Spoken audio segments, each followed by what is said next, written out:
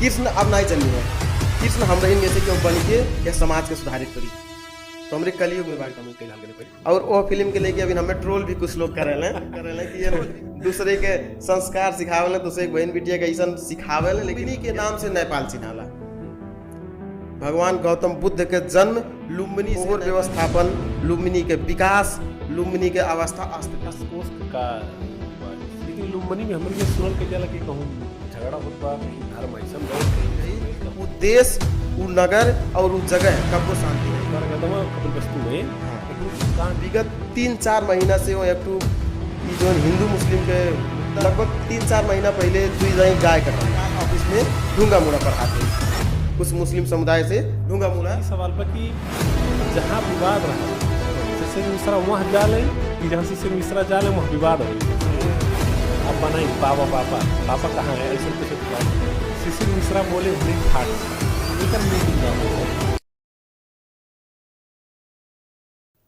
सर स्वागत है हमन के कार्यक्रम में। धन्यवाद। तो हमन की सर जनता ये जानना चाहते कि आप जौन शिशिर मिश्रा जी बाटे हैं ये का करे ले जौन बे, इनके रोजी रोजगार का हो, इनके जीवन यापन कैसी होत बा। अब खाली शिशिर मिश्रा देखल जाए तो हमार रोजी रोजगार लगाए हमार बहुत चीज़ में हम आबद्ध बाटी। शुरू में तो एक मिडिल क्लास के लड़का हो कि जौन की हमारे 3 भाई बाटे और 3 भाई के सबसे छोट हम हो कि, और रोजी रोजगार में देखल जाए तो हमारे पास फिलहाल 6 महीना से एक नाइट बस बा और ओकरे अलावा खेती किसानी जौन घर से आय अर्जन होला उहे बा, बाकी और कुछ नहीं बा। पत्रकारिता भी अपन पेशा करेली, लेकिन हमारा निःशुल्क पत्रकारिता हो।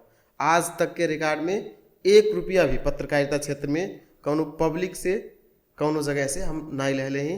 अगर जो शुभकामना बापत हल्का फुल्का टीम चलावे के लिए, विद्युत लगाए ऑफिस मैनेजमेंट करे के लिए कोनो पालिका से शुभकामना बापत और न्यूज़ बापत मिलाला तो का वही ऑफिस में मैनेजमेंट हो जाला वो चीज़।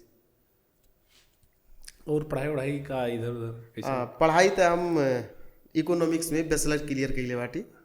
आगामी दिन में अब जर्नलिज्म से होई कि कौन से सोचा थी मास्टर डिग्री भी करे के प्लान बा, अथवा हमारा तो मेन टारगेट हो LLB करे के, लेकिन अब नज़दीक में अब यह तो मिडिल क्लास के जौन फैमिली होला बहुत गारो हो लगा घर चलावे कि लड़का पढ़ावे कि अपने खुद अब जिम्मेवार हो एक नाते से, तो हमन के नज़दीक में भी LLB नाई बा एक नाते से अब बाहरे रहे परी भैरावा बुटवल जैसे जगह पर रहे परी तो मैनेजमेंट ना हो पावत है।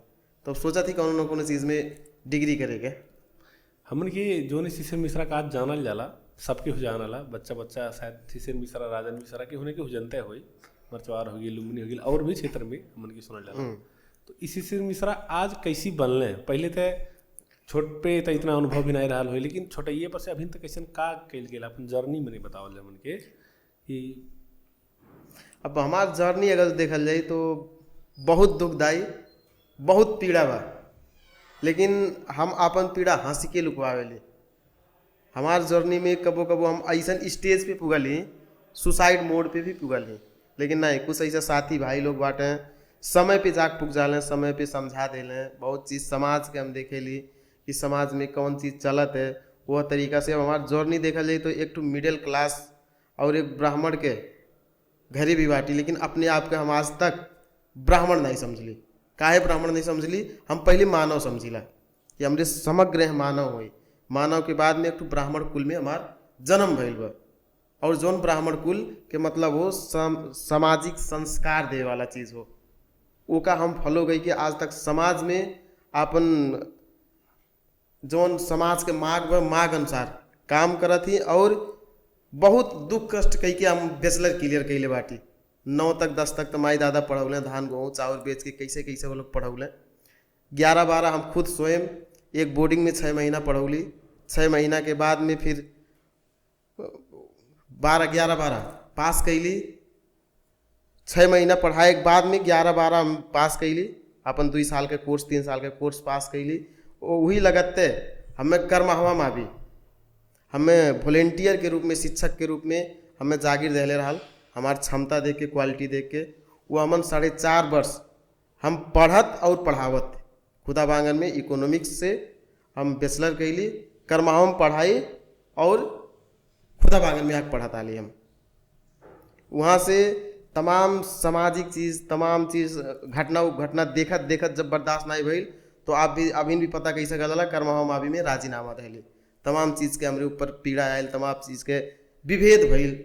विभेद के कारण से आज वो चीज़ हम छोड़ली और अब केहू न केहू निकले के परी कही के, केहू न केहू ये समाज के लिए लड़े के परी कही के तो हम आगे निकली।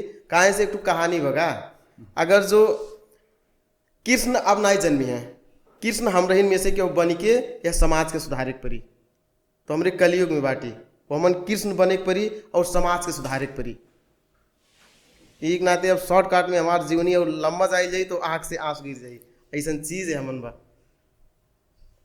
हमन की आपके जीवन में मैंने टीचिंग वगैरह भी के लिए ले पत्रकारिता कई बार कैल जाता है, तो एठोरा हमन के रिसर्च के लिए थोड़ा सा पता चल कोनो आप शॉर्ट फिल्म वगैरह में भी काम कैल हाल गए पहले हम। हाँ, ओकरे बाद में थोड़ा सा का भइल नहीं कोनो, हम सोचली कि देखल जाए प्लेटफॉर्म मिला था तो बढ़िया बा। तो शॉर्ट मूवी जौन यूट्यूब वो टाइम पे यूट्यूब बढ़िया रहा, चर्चित रहा, इंडिया के यूट्यूबर लोग बढ़िया अच्छा करत हाल। तो ऐसे साथी भाई लोग मिलने का हाल तोहरे लायक ई रोल बा, तू बढ़ियन बा, तोहरे पास क्वालिटी बा, आओ। तो वो टाइम पे हम अली लगभग 3 ठू निकल ले बाटे हमन। एक ठू भिखारी के चुनाव और दूसरा हो चाँद के पार, तीसरा सहारा। ये 3 ठू आप लोग जाए के अभी भी देख सकल जाला। और वो फिल्म के लेके अभी हमें ट्रोल भी कुछ लोग करे ट्रोल भी कुछ लोग करे कि ये दूसरे के संस्कार सिखावे दूसरे के बहन बिटिया के ऐसा सिखावे, लेकिन ये खुद यह चीज़ में फसल बाटे। लेकिन हम आपके चैनल के माध्यम से हर दर्शक के बतावल चाहती कि वो ऐसा कौनो चीज़ नहीं हो, वो हमारा रियल चीज़ नहीं हो, रियल चीज़ हो। जौन कि हम आप लोग जाए के एडी फिल्म्स नेपाल में यूट्यूब में सर्च कल जाए तो हमन पा सकल जाला, अथवा एक ठू भिखारी के चुनाव गो प्रोटेक्शन में पा सकल जाला। तो तमाम चीज़ जीवन में घटना आवाला, विगत में का रहा, विगत में कौन जीवन कौन और मोड़ ले जाई कौनो पता नहीं बा। आपके घर लुम्बिनी संस्कृति में पड़ला नहीं? हाँ, का हाल बा में लुम्बिनी संस्कृति के विकास उकास कैसे का चलता है? लुम्बिनी संस्कृति का आपके एक चीज़ हम दर्शा दी, संपूर्ण दर्शक के जनता दर्शा दी कि लुम्बिनी के नाम से नेपाल चिन्हाला। भगवान गौतम बुद्ध के जन्म लुम्बिनी से, नेपाल पहले लुम्बिनी कहाँ बा तो ओकरे बाद नेपाल सर्च होला विश्व में हर जगह है। लेकिन लुम्बिनी के अवस्था ऐसा जर्जर अवस्था में पुगल बा, लगभग 8.5-9 वर्ष पुगे वाला बा। लेकिन लुम्बिनी के फोहर व्यवस्थापन, लुम्बिनी के विकास, लुम्बिनी के अवस्था अस्त व्यस्त बा, क्यों नहीं खोजे वाला बा। खाली भाग बंडा परसेंट के जे भी आयल सब वह काम करत बा। ओकर प्रकाश समय समय पे दिखाइल कराला कि कहाँ कौन जगह अभी देखल जाए। हमन के लुम्बिनी में शुद्ध आषाढ़ सावन में चल जाए तो शुद्ध रोड नहीं बा, एम्बुलेंस निकले वाला जगह नहीं बा, ऐसे ऐसा गाँव, ऐसे ऐसा गली, ऐसे ऐसा जगह बा। लेकिन ओकर राजनीतिक एजेंडा अखाड़ा बनाई के ओका एकदम बर्बाद कर दिले बाटे। वहीं लुम्बिनी विकास कोष मने एठोरा जो स्थापित भइल बा, हमन के रिसर्च के बाद पता चलल कि बहुत वहाँ समस्या कुछ ऐसा बा, मने लोग बतौले हमन के पूछल गए भी, तो वहाँ के लुम्बिनी विकास कोष के का बा स्थिति अभी? लुम्बिनी विकास कोष में जौन मने हमन के रिसर्च बा, हमन के जौन बाटी हमन के स्थानीय हुई। लुम्बिनी के गेट से लगभग 3-3.5 किलोमीटर बाद में हमार गांव बा, घर बा। लुम्बिनी विकास कोष चरम भ्रष्टाचार में एकदम लिप्त बा। वह भी बड़ा ठेकेदार रही हैं, बड़ा खाली भाग बंडा में लगे हैं। लुम्बिनी विकास कोष के जौन एक गुरु योजना रहा, वो गुरु योजना 20 वर्ष के रहा, लेकिन 20 वर्ष में ना पूरा हो कि 25वां हमें लागत है 24-25 साल चला था, 5 वर्ष एक्स्ट्रा, तब पर भी अभी लथालिंग अवस्था में छोड़ल बा। 1 वर्ष में रोड बनाई है, दूसरा वर्ष में वो कुल बही जाला रोड, ऐसा अतु बा। लेकिन हम यही आपके माध्यम से कहल चाहती संपूर्ण युवा के लागे को वो खाली लुम्बिनी सांस्कृतिक नगर पालिका भर के उनाई हो, पूरा नेपाल के हो। भगवान गौतम बुद्ध के माने वाला बुद्धिस्ट लगाए तो हमन के हिंदू सनातनी लोग भी बुद्ध के हमरे भगवान कहल जाला।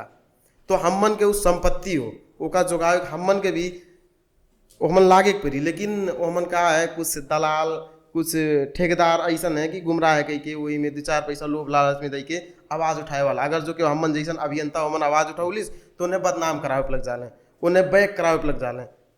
तो यह कुल विडम्बना बा, लुम्बिनी में भी विडम्बना बा। लेकिन अब ई युवा के हम आह्वान करे चाहती कि अब रुके के नहीं बा, काहे से हमन के परिवर्तन चाहिए, हमरे परिवर्तनकारी युवा होई, हमरे परिवर्तन के युग में बाटी, हमरे AI के जमाना में बाटी।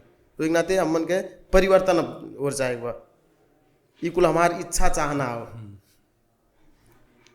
हमन के लुम्बनी में सर देखा जाला, हमन के मरचवार क्षेत्र हो, मरचवार में तो हमन के उसन धार्मिक जन बनाए हुआ है, लेकिन लुम्बनी में हमन के सुनल के जाला कि कहूँ झगड़ा होत बा, कहीं धर्म ऐसन भइल, कहीं वैसन भइल, कहूँ कहूँ कुछ कह दाना। तो लुम्बनी में सब ढेर धार्मिक दोनों हमन के देखे मिला सर, ऐसन काहे? अब देखल जाए लुम्बिनी एज अ लुम्बिनी एक ठू मिक्स कम्युनिटी बा, हिंदू मुस्लिम ईसाई भी बाटे, बुद्धिस्ट भी बाटे, अन्य भी बाटे, मिक्स बा। लेकिन ई जवन अफवाह एक फैला जाला नहीं, हिंदू मुस्लिम अथवा बुद्धिस्ट हिंदू अथवा क्रिश्चियन मुस्लिम, ई एक अफवाह हो। अगर जो गलत व्यक्ति के गलत कहे के बाद में ओका धार्मिक एजेंडा बनावत है तो बहुत बड़ा गलत हो। और संसार में अगर जो धार्मिक द्वंद्व जहाँ फैल जाई, वो देश, वो नगर और वो जगह कब वो शांति नहीं हुई, वो अशांति हमेशा बनल रही। तो ऐसे का होला, अगर जो व्यक्ति गलती कैले बा तो व्यक्ति के समुदाय हुई कि कहाँ से हुई ओका समझावल जाला, इनाई की धार्मिक द्वंद्व मिलाई जाए कि काहे हिंदू मुसलमान के मल्लिस, काहे मुसलमान हिंदू के मल्लिस, काहे क्रिश्चियन बुद्धिस्ट के मल्लिस, ई नहीं हो। अगर जो कुछ लोग ऐसे तत्व बाटे समाज में कि उन्हें राजनीतिक एजेंडा, राजनीतिक रोटी सेके के लिए ये कुल चीज़ उन बढ़ावा दिले, और जो हमन बोल रहे तो ओका उल्टा का करिए कि एक कैसो भी कह के बैक कराओ, कैसो भी कह के बैक कराओ, काहे से हमन के असलियत दिखा देते। तो असलियत न दिखावे कह के वही नाते से ये कुल प्रोपगंडा करे लगा ये कुल चीज़ में। उनकी कुछ दिन पहले, 1 हफ्ता 10 दिन पहले बात भइल सर, कोनो बरगदमा कपिलवस्तु में एठू कांड भइल हल सर, ठीक बा। वो पूरा चक्का जाम मंदनी और भइल हल, पूरा जिले मतलब सीज उज भइल हल है, जिला में कर्फ्यू लगल है, कर्फ्यू लगल सामने अड़वावत नहीं बा। तो वहाँ के असल में का कांड भइल सर, का बात रहल हमने ना विवाद भइल वहाँ? देखल जाए कपिल वस्तु के लिए अगर देखल जाए तो हम तो पत्रकार के नाता से, सामाजिक अभियंता नाता से लगभग ढेर रिसर्च भी करीला, कहूँ पुगे जरूरी पड़ला, पुगीला भी, और चीज़ हम खबर भी रखीला। वहाँ के मेन मुद्दा खाली बरगदा बनना ही रहा। विगत 3-4 महीना से वो एक ये जो हिंदू मुस्लिम के मुद्दा रहा वो एकदम पेचीलो बन गया रहा, एकदम वो संवेदनशील बन गया रहा। लेकिन वहाँ पर जो प्रशासन ध्यान नहीं दिलिस। हम एक वीडियो भी बनौले रही, कारण बस ओकर डिलीट करे पड़ल वीडियो, ओकर कारण भी बा कुछ। तो वो वीडियो वो मुद्दा पे लगभग 3-4 महीना पहले 2 दाई गाय कटल रहे, आप लोग के पता होई। आपके कपिलवस्तु जिला के ही पकड़ी चौराहा पे 2 दाई गाय कटल, तो वहाँ पर प्रशासन सामान्य रूप से लेलिस, ओका एक्शन नहीं लेलिस। फिर एक जगह मंदिर में वहीं पकड़ी के आसपास में मस्जिद में भगवा झंडा लगाई गई, तो वहाँ पे भी प्रशासन एक्शन नहीं लेलिस।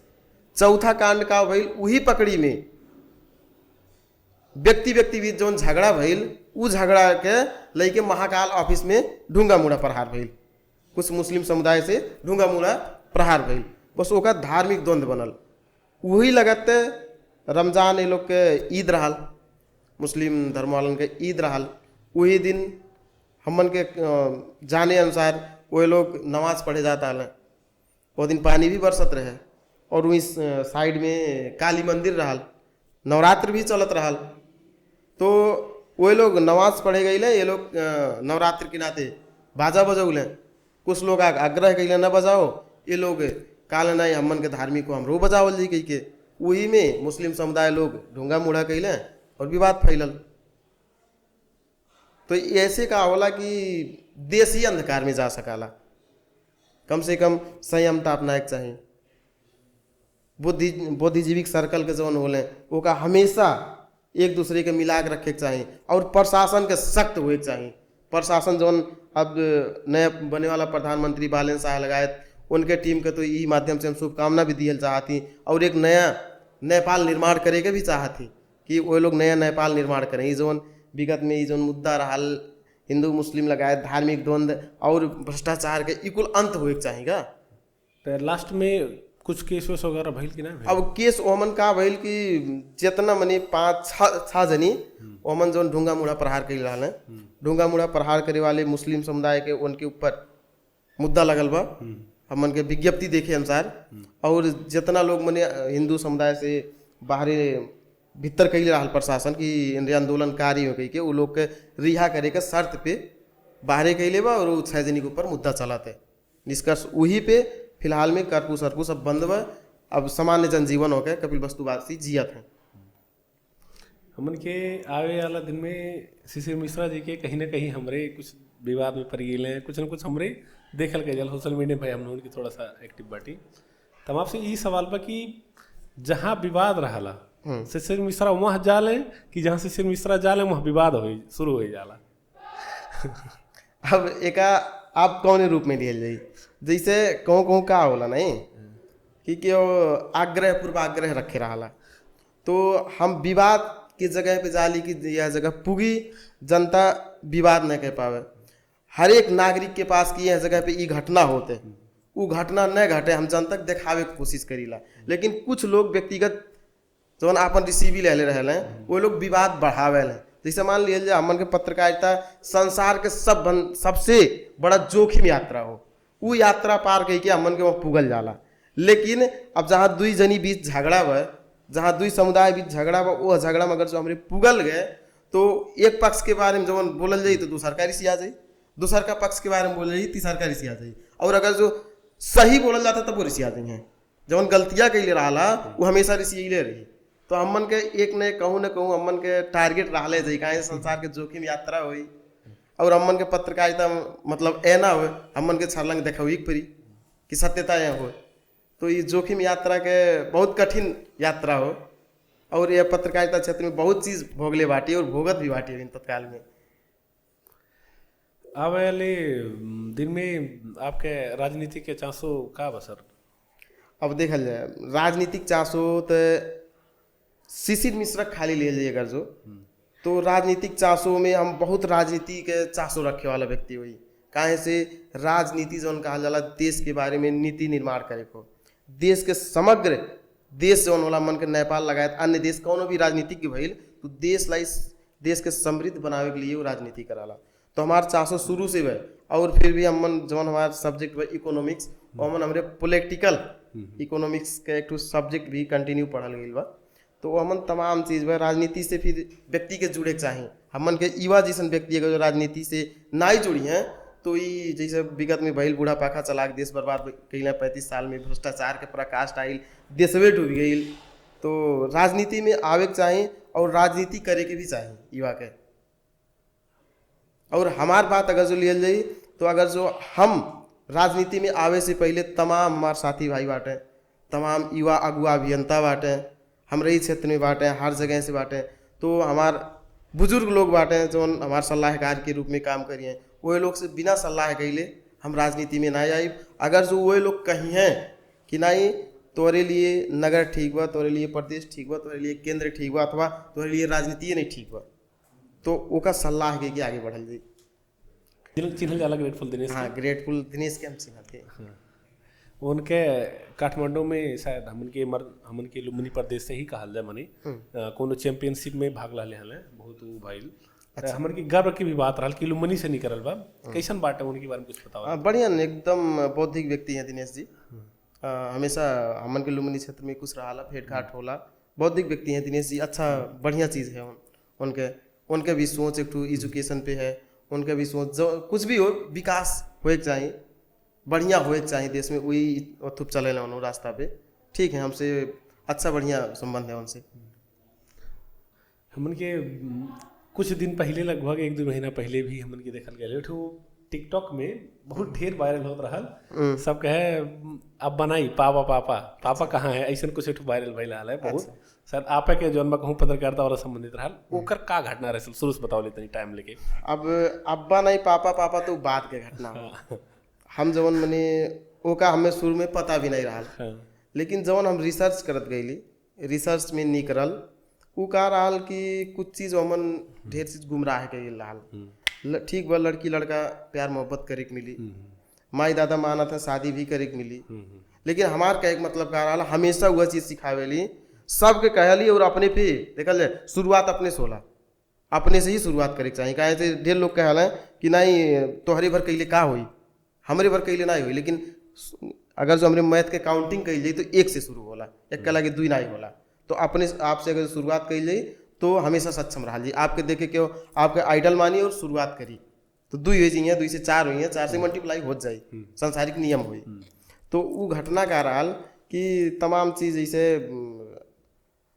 प्यार मोहब्बत में और सोशल मीडिया से वो लोग जुड़ लें, जुड़े के बाद में वो लोग के शादी तक बात पुगल। तो शादी तक बात पुगल तो हिंदू मुस्लिम को बात आइल है, महतारी बाप नहीं मन रहे, हमें जो लड़की बतौले हम पढ़ते सोचे पूछले हाली तो नहीं मन ले। तो हमन एक ठो दादी उनके रहल, पिताजी उनके विदेश, लड़की के विदेश।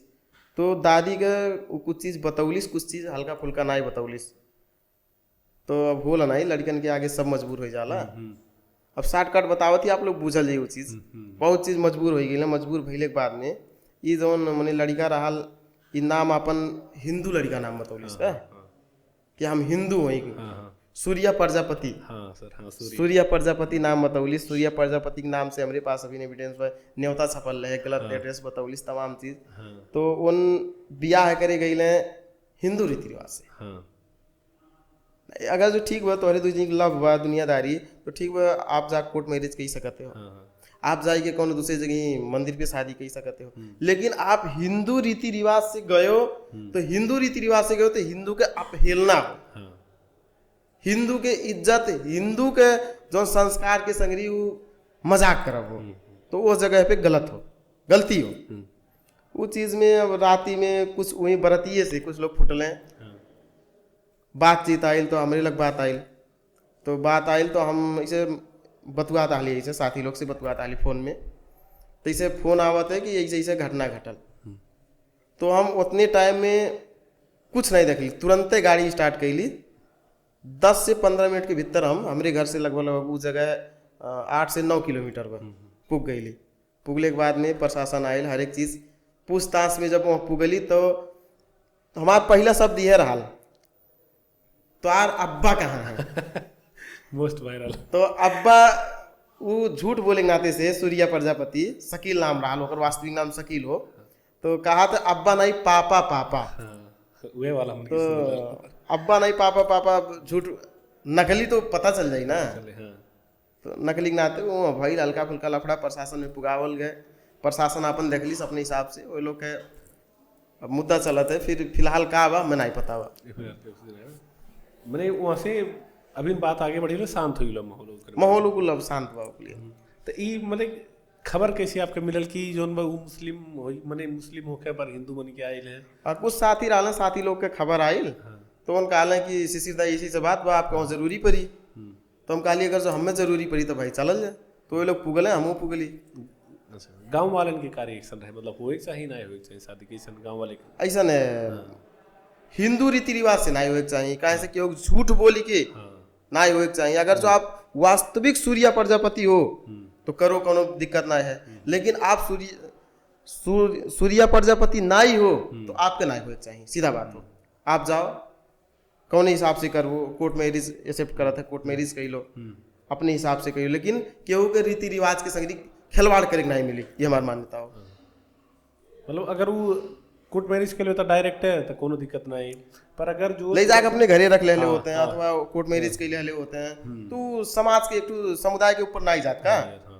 लेकिन वो झूठ बोली कही रहा है, वो एक नाते समाज ने एक्सेप्ट नहीं किया। चोरी के लुकवा के फेक आइडेंटिटी बना के, तो मतलब थोड़ा सा एक लिए हिंदू के बुरा लगा। लेकिन अगर तू धर्म परिवर्तन करके आयल होता तो थोड़ा सा इशू ना होता। डायरेक्ट जो कार्ड छपवाए रहे मन शकील लिखवा लिए हो, तो अपने अम्मा अब्बू के सब कुछ नाम छलंग लिखे हो तो। और वो देखल जाए इतना ढेर झूठ बोलल बे, उनके नकली चाचा बनल रहा, नकली पिताजी, नकली बर्तिया, तब कुल चीज नकली रहा। अब बताओ इस समाज के कैसे ढांटत है, समाज में कैसे हुई फिल्मिया वाला स्टाइल है सर, फिल्मी एकदम फिल्मी स्टाइल में भाई बिल्कुल काम। शिशिर मिश्रा बोले भने फाट छ, एकर मीनिंग का हो सर? एकर मीनिंग ऐसा हो, अगर जो हमरे बोली से इतना ढेर चिढ़ बा, अगर जो जवन हम बोला थी सत्यता, अगर जो हमरे बोली से चिढ़ बा तो आप साइड हुई सब, आपके न आओ हमें न बोलाओ अथवा हमरे बीच में इंटरफेयर न करो। बहुत लोग एक कहना है फाट सा मतलब निगेटिव दे लें, लेकिन फाटे का हमन के बहुत भाषा बा, कपड़ा फाट सकाला, मन फूट सकाला, दुखित हो सका। दुखित हो सकाला। अब के कौन एंगल से गई, पर हमन की तो सब ढेर जो नेगेटिव है लिए जाला, मतलब ले ले लोग कि ऊ कहत रहे तो है ऐसा भाई कलयुग हो, कलयुग में राइट चीज के रंग बनावे के लिए बहुत तत्व लग जाएगा, तो वो तत्व के पीछे नहीं चले चाहिए। काहे से हमन के कुछ नया चीज करे के लिए बी पॉजिटिव हो पड़ाला। आपके हमन की एक थोड़ा कि हम मैसेज के ढाल पर्सनली मैसेज के ढाल कि शिशिर जी के हमन की विद्यालय में देखल गए, बाटों में देखल गए, आवाज उठावत तमाम किस्म का पत्रकारिता में कहूँ पुल नहीं बन पावत है, हर जगह ही पहुँचत है। तो का ई चीज या शिशिर मिश्रा जी कब वो गाँव पालिका के में जाए के नगर पालिका के मेयर रूप में से डायरेक्ट प्रश्न ना कह सकते हैं? एकदम बिल्कुल जायज प्रश्न कैले बाटे, उन्हें हम बहुत बहुत धन्यवाद देवल चाहती जे ई प्रश्न कैलिस। देखल जाए अगर जो कोनो भी गाँव पालिका में हम गईली तो उ विद्यालय गाँव पालिका से ही संचालित बा, तो हमन के पलई पे जाए से बढ़िया जड़ में जाइए जहाँ से उत्पन्न होते। तो पहले विद्यालय जब अनुगमन कइल जाई तो अनुगमन विद्यालय के जवन भी कमी कमजोरी बा छरलंग हमरे दिखा दियल जाई, तो पर गाँव पालिका एक्शन लेवे को। अब गाँव पालिका के हर चीज़ हमारी वीडियो में दिखा दियल गए, हर चीज़ बता दियल गए। अब वो चीज़ अगर जो गाँव पालिका, नगर पालिका, महानगर पालिका नहीं करते तो सबके मूर्खता हो, शिक्षा शाखा के मूर्खता हो कि नहीं अब शिशिर मिश्रा यहीं आवे अथवा अन्य पत्रकार यहीं आवे, अन्य यूट्यूबर यहीं आवे, सामाजिक अभियंता यहीं आवे, इना हो। हमन के काम का हो कहाँ कमी कमजोरी हो ओका दिखा दिया जाला।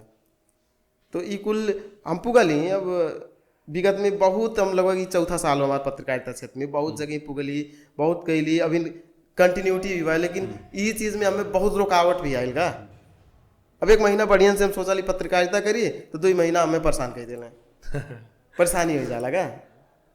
तो एक नाते हल्का फुल्का अपना हूँ देखे के पड़ाला, फिर घराइसी भी बा, तमाम चीज़ देखे के पड़ाला, मीडिया के ऑफिस बा, फिर एक छोट के व्यवसाय भी बा, तो कुल देखे के पड़ाला।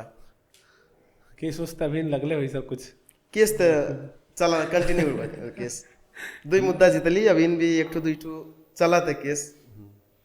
मतलब मानव जीवन हो, संघर्ष कइल जाई, इसमें कोनो बात कोर्ट के चेहरे लगाओ तो अनुभव हो जाते थोड़ा सा उधर। हाँ इसे हो, मानव जीवन हो, का कइल जाई, के का नाई कहीं मिली, सबके लिए संविधान बा, सबके लिए अदालत बा, सब जा सकाला। तो ई सब में परिवार फिर कैसन, परिवार के जो प्रतिक्रिया का रहा सर कि हमार सबके बेटा भी बाटे हैं जो उनमें का कहने आराम से कमात खाद बाटे हैं, हाँ एठू हमार बेटा बा मने हमार भाई बा जो उनमें कबो कंट्रोवर्सी में फसल रही, कबो यहाँ फसल रही, ऐसा एक बारे में देखल जाए यह चीज़ में तो हमेशा जे जन्म दहले बा, जे एक के जगह से हमरे जन्मल गइल बा, उन्हें हमेशा पीड़ा रही।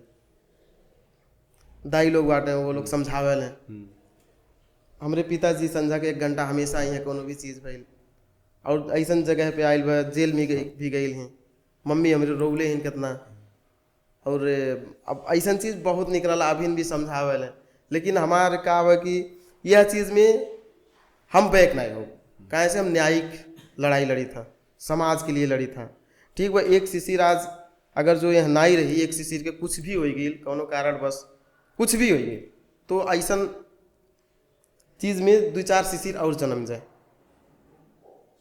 एक तो आइडल बनाई के कि व्यक्ति कुछ कह के गई हाल। हमार मान्यता का हो जन्म लिहल गई बा तो यह भीड़ न हो, लेकिन मरले के बाद में जौन एक घाट पे ले जाइए वो घाट पे भीड़ हो कि हाँ फलाना व्यक्ति रहा एक ठू न्यायिक लड़ाई लड़त रहा, तो घाट खर्ती बनावे के चाहिए, ये हमार मान्यता हो।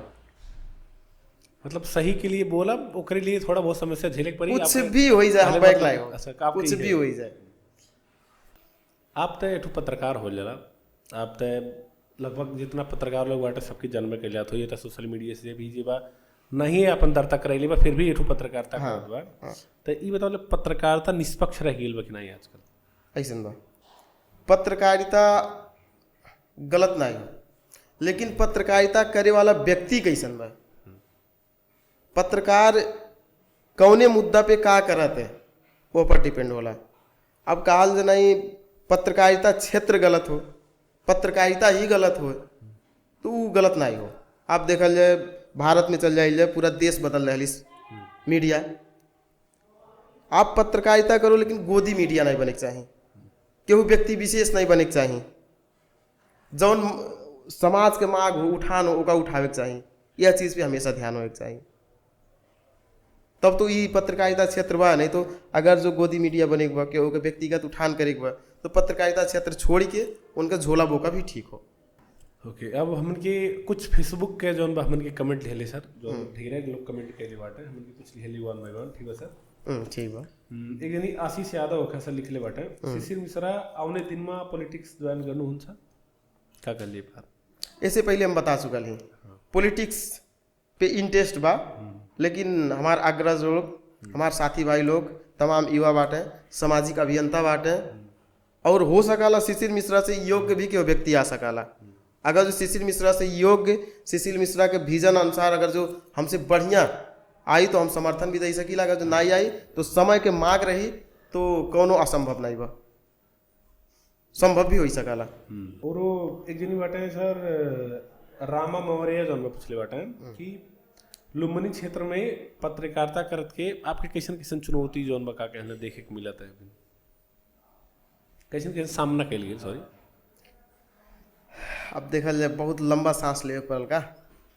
लुम्बिनी क्षेत्र में पत्रकारिता करे बहुत ही जटिल बा, बहुत जटिल बा। वो जटिलता के हम पार कई के आज 4 साल बितौले हैं, और वो जटिलता अगर जो आप पत्रकारिता निष्पक्ष करे गए हो तो वो क्षेत्र में कहूँ हिंदू मुस्लिम के बात उठल बा, कहूँ दलित और ऊंच नीच के बात उठल बा, कहूँ विभेद के बात उठल बा।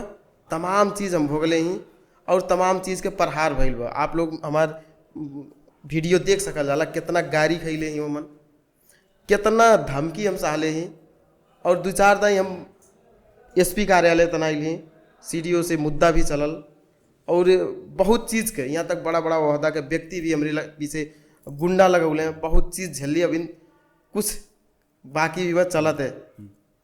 तो लुम्बिनी क्षेत्र बहुत जटिल क्षेत्र हो, लेकिन हमें आशा बा कि लुम्बिनी क्षेत्र के वासी अब सचेत हुई हैं।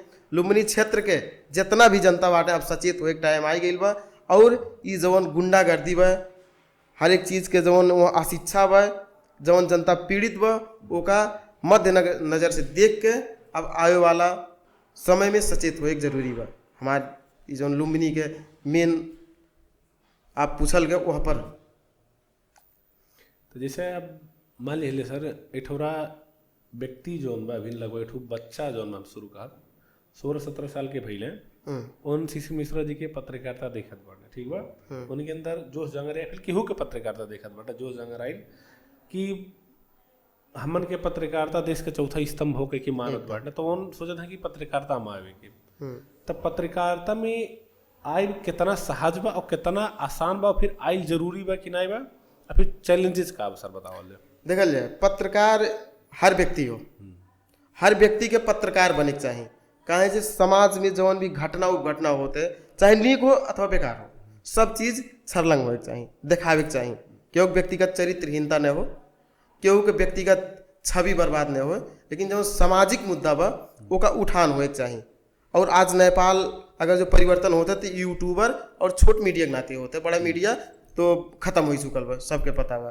तो ये जौन आप कहल जाता 16 वर्ष के उम्र में हम हर एक भाई लोग का यह संदेश दिया चाहब कि पत्रकारिता में बहुत बड़ा चुनौती बा। ये चुनौती अगर जो पार करे के क्षमता बा कि ना हमरे ऊपर कुछ भी आ सकाला, कौनो भी अटैक होई, कौनो भी प्रकार के अगर जो मुद्दा परी मामला होई तो हम ओका झेल ले, तो उनके लिए स्वागत बा पत्रकारिता। लेकिन ऐसा हम पत्रकारिता कह के पॉपुलर हो, पत्रकारिता कह के हम पॉपुलैरिटी पाइप कह के अगर जो आवे बा, तो पत्रकारिता क्षेत्र में हम हाथ जोड़ा थी कि आप लोग नए आवल जाए, बलुक से पढ़ल जाए, उच्च शिक्षा हासिल कल जाए, नेपाल सरकार के रोजगार लेवे के क्षमतावान बनल जाए। कहीं से बहुत जटिल एमन बा, जटिलता बा, ऐसा ऐसा चीज़ एमन आवाला कि घरे जाए के रोवे के पड़ाला कि हम कौने दुनिया में बाटी। अब आपके का बताई, पत्रकारन के केवल अपन लड़की ब्याह करे नहीं देवे मानाला। पत्रकार के अधिकतर पत्रकारन के अगर जो क्यों ब्याह के कई के पत्रकारिता क्षेत्र में आयल बा तो ठीक बा, नहीं तो ये जवन अविवाहित पत्रकार बाटे कि अपन लड़की नहीं देवे मानाला, कहला ओकरे बहुत बड़ा दुश्मन है, ढेर दुश्मन है। तो ये कुल सोचल जाए और जोखिम पूर्ण यात्रा हो। हमन की थोड़ा सा रिसर्च के लिए बात पता चला सर कि लुम्बिनी में बहुत बौद्ध विश्वविद्यालय बा वहाँ कुछ लफड़ा चलत बा सर। हाँ। आए दिन जौन बा का कहले कुछ न कुछ सुनही मिलाला, ओकर बारे में सर बतावले का बात है ओकर। देखल जाए पहले जब हम बौद्ध विश्वविद्यालय के थोड़ा सा इतिहास बतावा थी जब हमने छोट छोट रहा गए स्कूल लेवल में, तो बौद्ध विश्वविद्यालय के खाली नाम रहल, लिखित नाम रहल। ओकर भवन सशस्त्र कैंप, सशस्त्र और सेना वाले प्रयोग करता है। तो ओका संसद हमन के पूर्व सांसद कमलेश्वरपुरी गोस्वामी लगायत कुछ वहाँ के स्थानीय लोग कहले कि नहीं, अभी कैंपस हो तो कैंपस में एक पढ़त हो चाहिए कही के संघर्ष टोली बनौले, संघर्ष टीम बनाई के होगा स्थापना कैले। लेकिन स्थापना तो रहल लेकिन कागज में रहल तो का भवन दुनियादारी वहाँ तनाइल कुछ चीज़ हमन के बुजुर्ग ढेर जानत हैं, कुछ चीज़ छूटत हुई तो ये लोग और हम सर्च करब, लेकिन हमें जानत अनुसार इतना।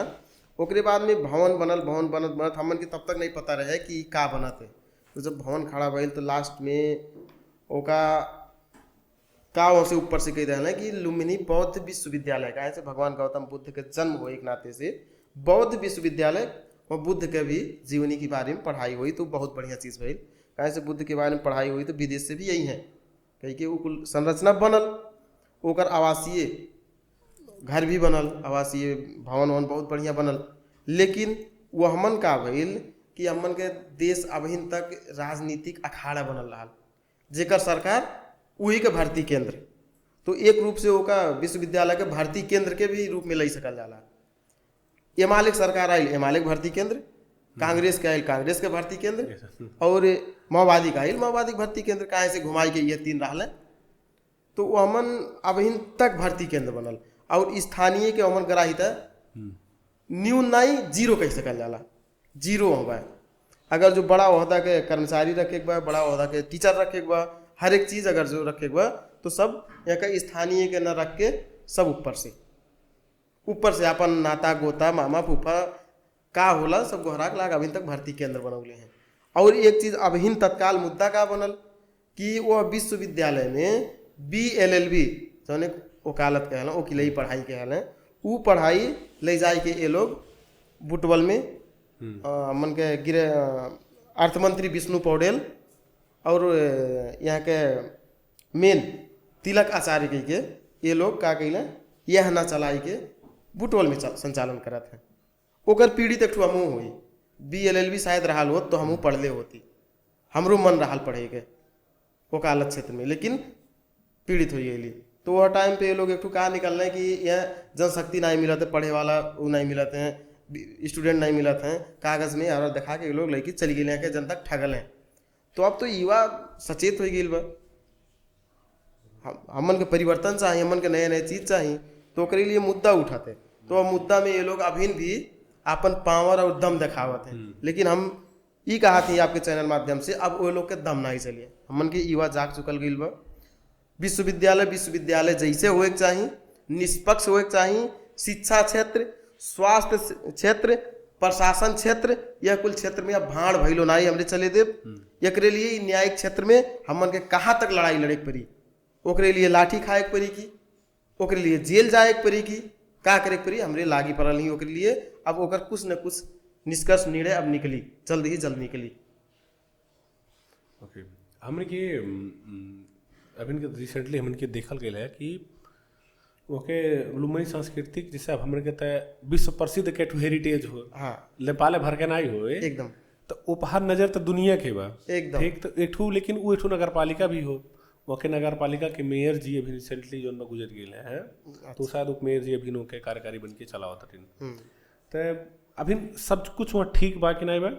और एक चीज़ अगर जो वहाँ कुछ ठीक अगर जो नहीं बा तो शिशिर मिश्रा भी तो एक जोन में का कहना सक्षम व्यक्ति, पढ़ल लिखल व्यक्ति, जोन में का कहना एक चर्चित व्यक्ति, बौद्धिक विचार से हर जगह कमी निकाले वाला समस्या के पहले देखे वाला व्यक्ति, वो अगर जो बिहान के मान लीजिए राजनीति में भी आए आप इंटरेस्ट देखा गए तो वह पद पे अगर आपके मने लोग कहें कि लड़ल जाए नहीं लड़ल जाए, अगर आपके मौका मिले तो का सुधार करे कि आप जोन में सजेशन दिए अपने लुम्बिनी सांस्कृतिक नगर पालिका के। सबसे पहले हमारे स्वर्गीय मेयर साहब सजरुद्दीन मुसलमान के हार्दिक श्रद्धांजलि आपके माध्यम से फिर से देवल चाहते हम। और उनके जौन भी कार्यकाल रहल विगत में वन अपने हृदय से सफा मन के रहल है। लेकिन थोड़ा सा अब लेकिन काहे कहल जाला कि उनके जौन एक आसे पासे होले नहीं देखल जाए हमन के नगर पालिका के उन्हें जौन जनता रहल चुनाव जितौले रहल उन्हें एक सक्षम व्यक्ति के काहे से पूर्व उन ओड़ा के एक नेतृत्वकर्ता भी रहल हैं। तो उन्हें कहलिस कि एक दाई सेजरुद्दीन जी के देखल जाए कि इन सबके सहयोग कर रहा सहयोगी भावना रहल है। लेकिन का भइल कि जौन आसे पासे होले नहीं आसे पासे बहुत चीज़ बिगाड़े हैं तो उनसे जाने अनजाने में बहुत गलत काम करोले बहुत चीज़ ठक्का पट्टा यार वार दाया बाया। लेकिन वास्तव में हम फिर से कहा स्वर्गीय सजरुद्दीन मुसलमान जी के आत्मा के शांति मिले वन अपने दिल से नेक व्यक्ति रहने। और रह गई विकास के बात तो आप लोग भी जानल जाला कि जहाँ ठग ठेकेदार भेटा जाइ हैं ठग कर्मचारी भेटा जाइ हैं कामचोर कर्मचारी भेटा जाइ हैं और झोला बोके वाला जनता जब एक हो जाई तो हर क्षेत्र तहस नहस हो जाई। तो अभी भी लुम्बिनी सांस्कृतिक नगर पालिका बहुत पीछे बा 20 साल पीछे बा। आपके जौन मर्चवार के अवस्था बा से आपके संसदीय क्षेत्र के 3 वार्ड भी मर्चवार के हमन के उहे पड़ाला। अभी भी विकास के गति देखल जाई विकास तो होला जैसे देखल जाए विकास दुई प्रकार के होला एक ठू कर्मिक विकास और एक ठू छीटो छड़तो विकास और गुणस्तरीय विकास होला। तो कर्मिक विकास में एक ठू हम आप लोग के एग्जाम्पल बताई हमन के ये सांसारिक नियम हो कि हमन के जन्म होला तो बड़ा हो जाला तो बड़ा भइले के बाद में एक ठू उमेर आवाला ब्याह करे वाला तो ब्याह कइल जाला तो हमन के पारिवारिक संबंध होला पारिवारिक संबंध के बाद में कर्मिक हमरोन के बाल बच्चा जन्माला तो वो बड़ा होला तो वो ब्याह करी वो बच्चा जन्माई अलग चीज़ करी तो वो एक ठू कर्मिक विकास हो। लेकिन अब हमन के ई जोन विकास हो जोन भौतिक विकास होके चाहिए शिक्षक विकास होके चाहिए ये स्वास्थ्य में जोन विकास होके चाहिए एक छीटो छड़ितो होके चाहिए एक मोडिफाई करे पड़ी। जवन रोड आपके 1 साल के नगर पालिका देते ओका 6 महीना में बनावे जवन विकास 3 महीना होए वाला हो ओका जल्द से जल्द 2 महीना में करें काहे से इक्विपमेंट। लेकिन फिलहाल का रामरो है ना हमरो चाहिए बढ़िया ठेकेदार के काम नहीं दिए हैं अपने आसे पासे ठेकेदार के काम दिए हैं अपने ही लोग के काम दिए हैं अपने लोग के कोटेशन दिए हैं तो आधा खाई आधा कर्मचारी पाली आधा बचाई विकास का हुई। 4 साल चले वाला रोड 1 साल में टूट जाते बह जाते अब उन्हीं के आसे पासे है उस चीज़ के कौनो मूल्यांकन नहीं बा। अब फिलहाल जो हमन के कार्यवाहक जी बाटिन इनके कार्यकाल अब लगभग 1 साल और रह गई 12-13 महीना रह गई एक आर्थिक वर्ष और चल हैं 84 तक के। अब कार्यवाहक जी के भी अभी कोनो परिवर्तन नहीं देखल गई लगभग 6-7 महीना हो गई कौनो परिवर्तन नहीं देखल गई जवन कि अब उनके हमारा और उनके व्यक्तिगत लिए हमारे एक के कैंपस के पढ़वैया हुई एक के कैंपस में पढ़ल गई एक के टेबल बेंच में हमारे हर एक चीज़ के योजना भी बनावल गई बा। लेकिन आज फिलहाल उनके अलग क्षेत्र बा भाई हमारा अलग क्षेत्र बा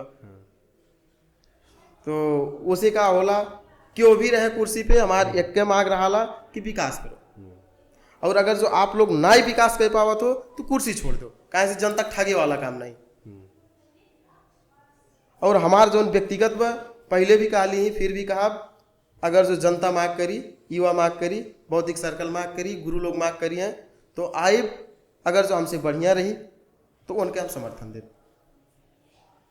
और रही गया उनके लुम्बिनी के चुनौती समय सापेक्ष अनुसार अभी भी भाई 1 साल काम बा हमन के कार्यवाहक मेयर जी अगर जो बढ़िया काम कही दे उनसे छूटाते काम जवन चीज़ वो नाई काम कही पौले हिन अथवा जवन चीज़ स्वर्गीय मेयर साहब नाई कही पौले हैं जवन पूर्व मेयर साहब नाई कहले हैं जवन चीज़ अड़कल बा बाधा अड़चन बा जवन चीज़ नगर पालिका के मांग बा वहाँ के युवा के मांग बा वहाँ के बुद्धिजीवी के मांग बा शिक्षक मांग बा स्वास्थ्य के मांग बा वो का अगर जो शिशिर मिश्रा के अवसर मिली तो इतना बढ़िया कह के दिखाई कि हमें लागत है जनता फिर वो हमन अगर जो फिर अंगुरी उठा दे तो वहीं हम तुरंत जनता के हस्तांतरण करके चल जाए इतना भी हम सक्षम बाटी। मतलब दावा बढ़िया बा आपके मैंने कॉन्फिडेंस बा कि हम कुछ कई के चीज आप देखल जाए अभी तक शुरुआती दौर से कुछ कैले ही समाज में देखल जाए निस्वार्थ भाव से कितना केहू घर में आग लागला, केहू घर में का पुगाला, सांप काटाला अथवा कुछ भी पुगाला तो हमें लागला पुलिस से पहले सीसी के फोन आवाला